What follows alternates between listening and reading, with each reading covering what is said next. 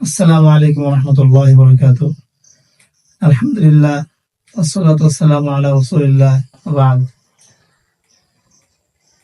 আল্লাহ রাব্বুল আলামিনের কোরআনকে সহিভাবে সুন্দর করে তেলাওয়াত করা এটা একটি অন্যতম ইবাদত। আমরা কোরআন তেলাওয়াত করার ক্ষেত্রে সাধারণত দুইটি জিনিসের মুখাপেক্ষী হই। তার মধ্যে একটি হলো তাসহিহুল কোরআন, অর্থাৎ কোরআনকে বিশুদ্ধ করে তেলাওয়াত করা। ২ নম্বর তাহসিনুল কোরআন, কোরআনকে সুন্দর করে মনের মাধুরী মিশিয়ে তেলাওয়াত করা, সুন্দর সুন্দর সুর দিয়ে। তাসহিহুল কোরআন প্রথম নাম্বার যেটা, সেটা আমাদের জন্য শিক্ষা করা সকলের জন্য ফরজ। কোরআনকে সহি করে পড়ার জন্য দুইটি জিনিস আবশ্যক। একটি হলো মাখারিজুল হরুফ, মাখরাজ সম্পর্কে জ্ঞান অর্জন করা। ২ নম্বর সিফাতুল হরুফ, সিফাতগুলোকে ভালোভাবে আয়ত্ত করা, কোন হরফে কোন সিফাত আছে সেগুলোকে জেনে বুঝে মাখারিজ এবং সিফাতের সমন্বয়ে তেলাওয়াত করা। যদি কোনো ব্যক্তি মাখারিজ এবং সিফাতকে অর্জন করতে পারে তাহলে তার তেলাওয়াতটা বিশুদ্ধ হবে।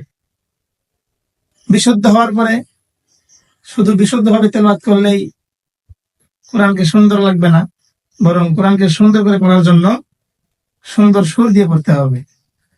আল্লাহ রাসূল সাল্লাল্লাহু আলাইহি ওয়াসাল্লাম বলেন, যায়িনুল কোরআন বিআসওয়াতিকুম, কোরআনকে তোমরা সুন্দর করে পড়ো। হাসিনুল কোরআন বিআসওয়াতিকুম। তো এরপরে আমাদের দ্বিতীয় ধাপ হচ্ছে তাহসিনুল কোরআন, কোরআনকে সুন্দর করে পড়া। কোরআনকে সুন্দর করে পড়তে গেলে আমরা 4টি পদ্ধতি পাই, বিভিন্ন কিতাবে বর্ণিত হয়েছে, কেরাতের কিতাবে। 1 নম্বর তাহকিক, 2 নম্বর তারতিল, 3 নম্বর তাদবীর, 4 নম্বর হাদাব। এই 4টি পদ্ধতি কুররা হযরতগণের নিকটে সুপ্রসিদ্ধ। এগুলোর ব্যাখ্যা আমরা সামনে দেব ইনশাআল্লাহ, সামনের ক্লাসে। এই 4টি পদ্ধতিকে সমস্ত কুররা হযরত এবং আইম্মায়ে মাসাজিদ, আহলে আরবগণ আরবি 8টি সুরের সমন্বয় করে থাকেন। এই 8টি সুরকে সংক্ষেপে বলা হয় সুনঈ বিসিহরিক।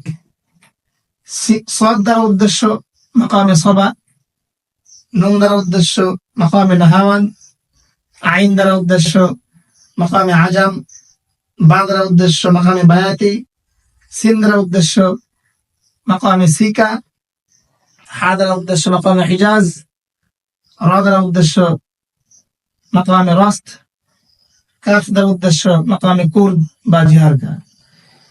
যদি কোনো ব্যক্তি এগুলোকে অর্জন করতে পারে তাহলে সে প্রাথমিকভাবে একজন দক্ষ কারি হিসাবে, তেলাওয়াতের কারি হিসাবে সে গণ্য হবেন। এই সমস্ত বিষয় যখন সে অর্জন করবে, এরপরে সে আরো উপরের সিঁড়িতে উঠতে পারবে, সেটা হলো ইলমুল কিরাআত। আসসালামু আলাইকুম ওয়া রাহমাতুল্লাহি ওয়া বারাকাতুহু।